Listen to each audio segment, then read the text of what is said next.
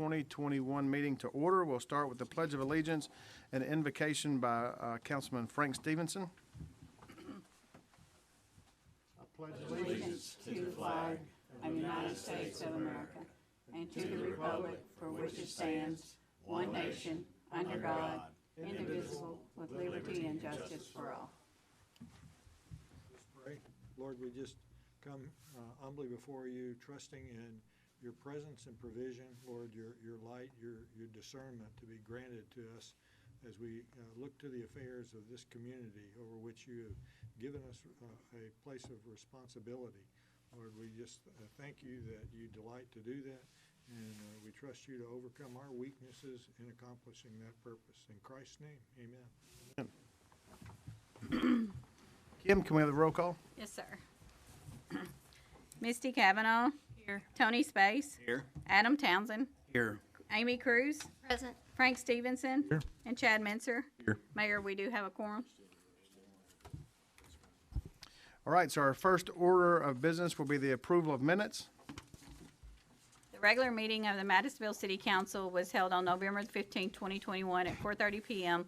at the City Council chambers. It was called to order by Mayor Kevin Cotton with the Pledge of Allegiance and the invocation by Council Member Chad Mincer. The mayor and all city council members were present. We had approval of the previous minutes of November 1st, 2021. We had approval of a special called meeting of November 10th, 2021. We had approval of bills and payroll. We had department reports from the fire department, police department, and the tax collection report. We had first reading of an ordinance amending Chapter 124 of the City of Madisonville Code of Ordinances relating to mobile food vendors.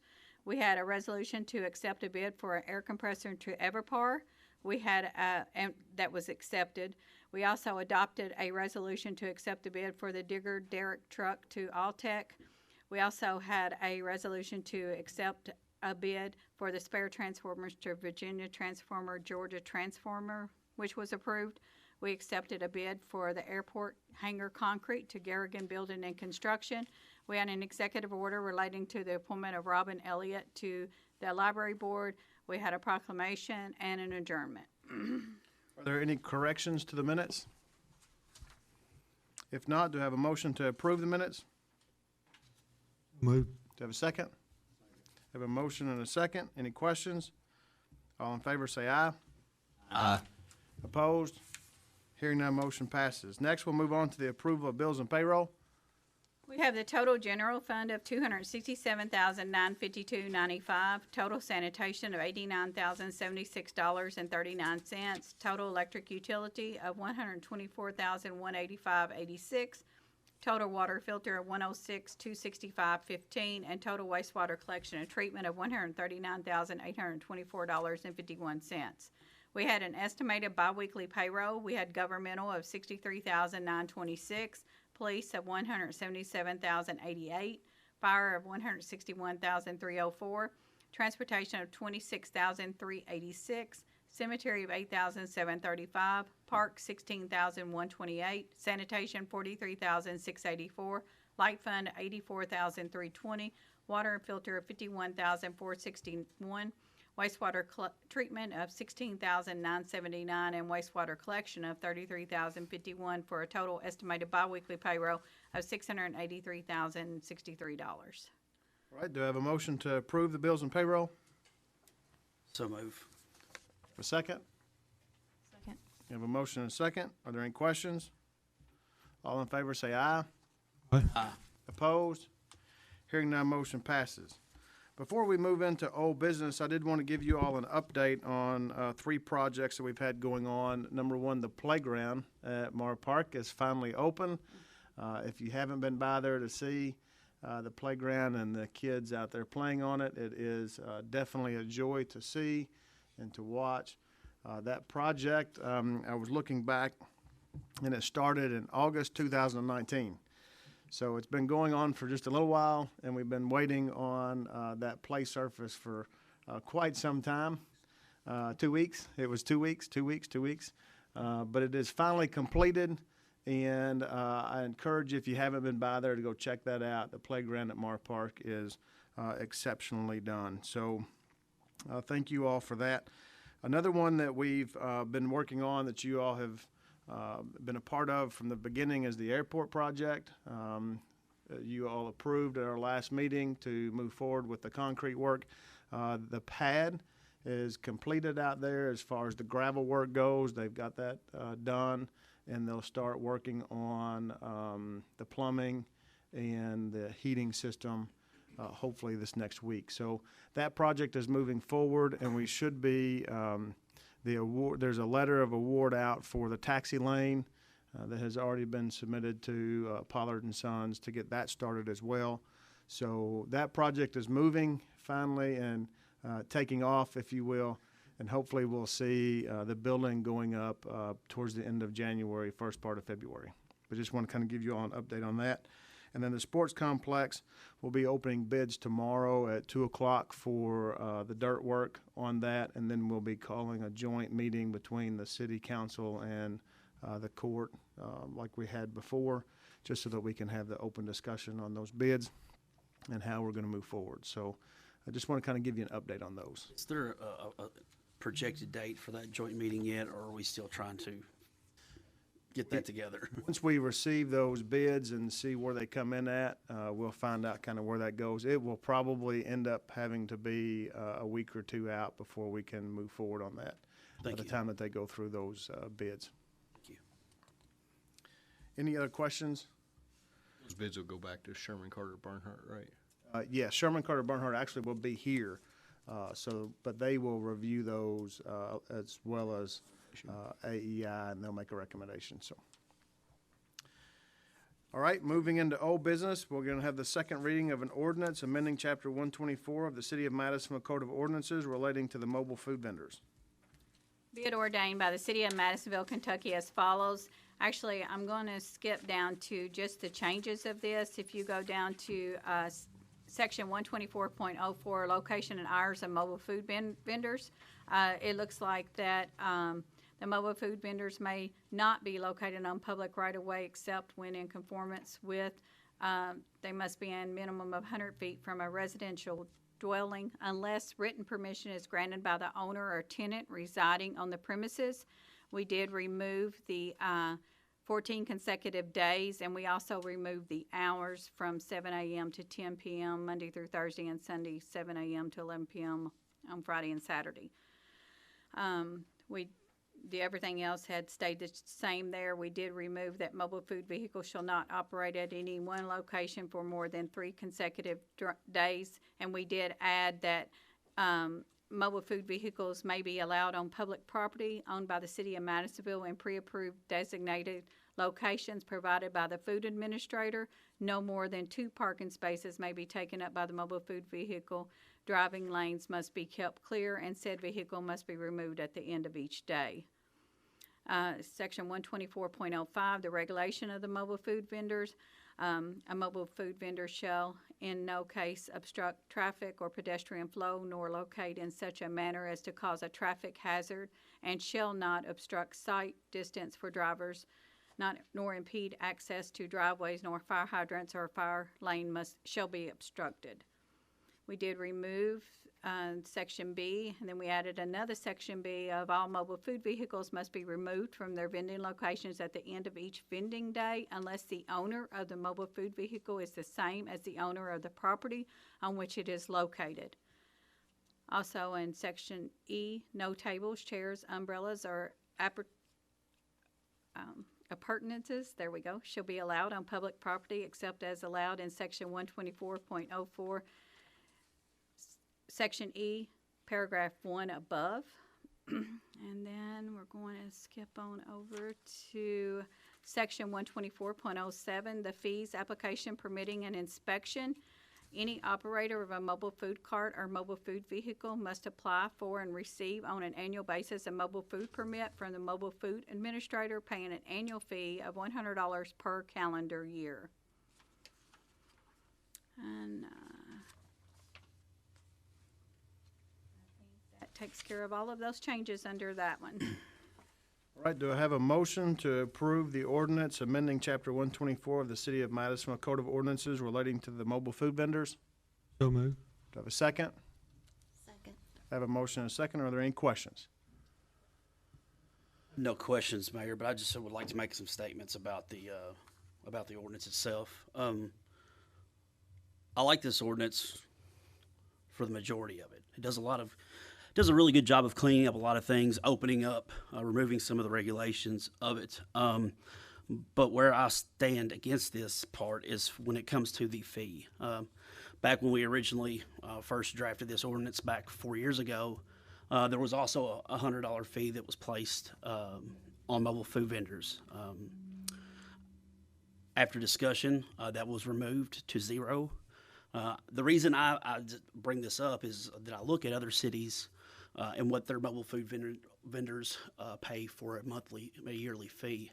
And this $100 puts us above where other cities are. And so that, to me, is something that, one thing that I do not like, the thing I do not like about the way the ordinance is written. Thank you. Are there any other questions or comments? Cities are charging per fee? I know Henderson's at $50. After looking up Paducah's, there was no way of being able to find a specific number on their page. I even looked at their health department to see if they had something on there, but I did not see anything from them. Those were the two that I looked up because they were the two that, when I looked at this last time, that I used as reference to what they were. Any other questions or comments? Kim, can we have a roll call vote? Yes, sir. Misty Cavanaugh? Yes. Tony Space? Yes. Adam Townsend? No. Amy Cruz? Yes. Frank Stevenson? Yes. And Chad Minzer? Yes. Okay, All right, we do have a passing vote, so that ordinance does pass. Now we'll move on to some first reading of ordinances. We have an ordinance amending Chapter 52 of the City of Madisonville Code of Ordinances relating to the water and sewer. Be it ordained by the City of Madisonville, Kentucky as follows. Chapter 52 of the City of Madisonville Code of Ordinances hereby amended as follows. All sewage service customers are prohibited from discharging above the following concentrations at any time unless a higher concentration limit for that specific user is established and incorporated into that user's wastewater contribution permit. The mayor may apply and enforce alternative concentration limits to category SIUs, which are subject to either production-based standards or the combined waste stream formula. We have some changes here where the milligrams per liter on the arsenic is changing to 0.32 per liter per milligrams per liter. Cadmium, 0.014 cents milligrams per liter. I don't think that's cents, that's just milligrams per liter. Total chromium is 1.71 milligrams per liter. Chromium exhalate. Okay, 0.59 milligrams per liter. Copper, 1.05 milligrams per liter. Lead, 0.24 milligrams per liter. Mercury, 0.001. Nickel, 1.83. Selenium, 0.10. Silver, 0.24. Zinc, 1.48. And that is the only changes to that ordinance. So those numbers come to us from the Division of Water through the Energy and Environment Cabinet, Department for Environmental Protection. So we have a letter from Frankfurt. If any of you all would like to review that letter, you're more than welcome to. But these are the recommended levels that they have asked us to put in the ordinance. Next, we'll move into an ordinance authorizing the acceptance of a public street, alley, or way, and authorizing the closing of same. Be it ordained by the City of Madisonville, Kentucky as follows. Whereas the following described street, alleys, or ways have been dedicated as public streets, alleys, or ways by reference to same in various deeds filed of record in the Hopkins County Court Clerk's Office. And whereas the City of Madisonville desires to accept the dedication of said streets, alleys, or ways so that same may be legally closed as therein provided, and whereas all property owners who abut the public streets, alleys, or ways have consented in writing to the proposed closing of the street, alley, or way. Now therefore be it ordained by the City of Madisonville, Kentucky, that dedication of the following described streets, alleys, or ways are hereby accepted by the City of Madisonville, and the following findings of facts are made with reference thereto. 2 alleys as highlighted in yellow on the plat attached thereof, and all pertaining owners in and abutting the alley or way to be closed are as follows.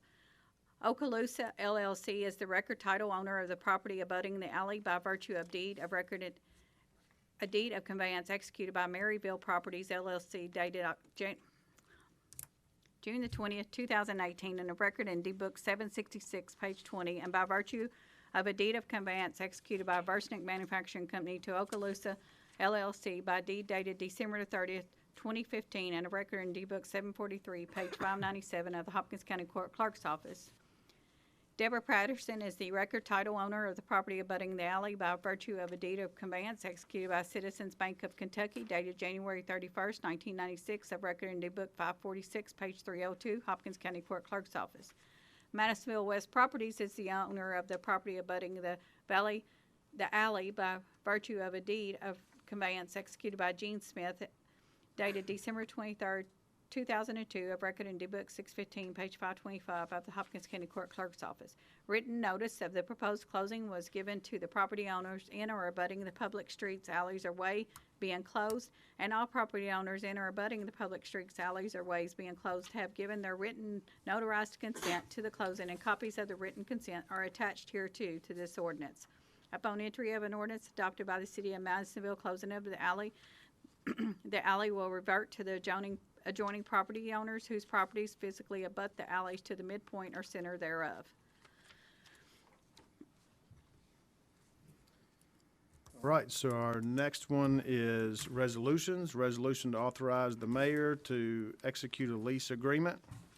Whereas the City of Madisonville owns an undivided one-half interest into the coal in and underlying the property located in the Hopkins County, Kentucky, and whereas the City of Madisonville has agreed to lease the undivided interest in and to the mineable and merchantable coal and all other minerals lying within to Alliance Resource Properties, LLC.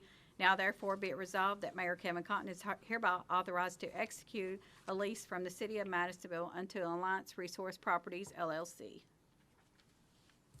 And I'm going to let Joe kind of speak on this. He has went back and forth on the on this lease agreement, and they've landed on this particular agreement. Yeah, Alliance for the last 15 years or so typically offers one standard lease to everybody, and they do that intentionally because they don't want to have to negotiate with every single property owner of the terms of the lease. That's what we call the most favored nation status, which basically means we're going to offer everybody the same lease. And the lease that you've got here, they made 4 or 5 changes that I recommended, and they've made those changes every time I've requested them over the last 10 years or so. None of them are of any significance. They're paying royalty equal to 4% of the sale price of the coal, which is standard for Alliance.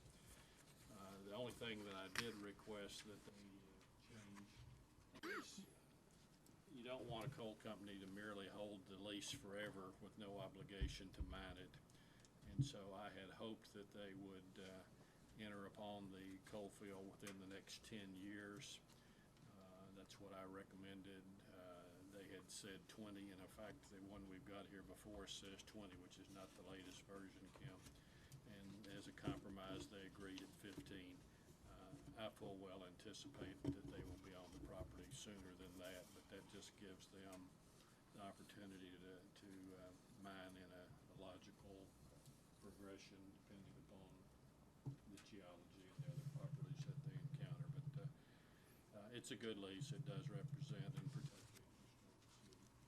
It does specifically provide in the lease that all mines would be according to our ordinance that requires 50% control of place, no mining within 200 feet of mine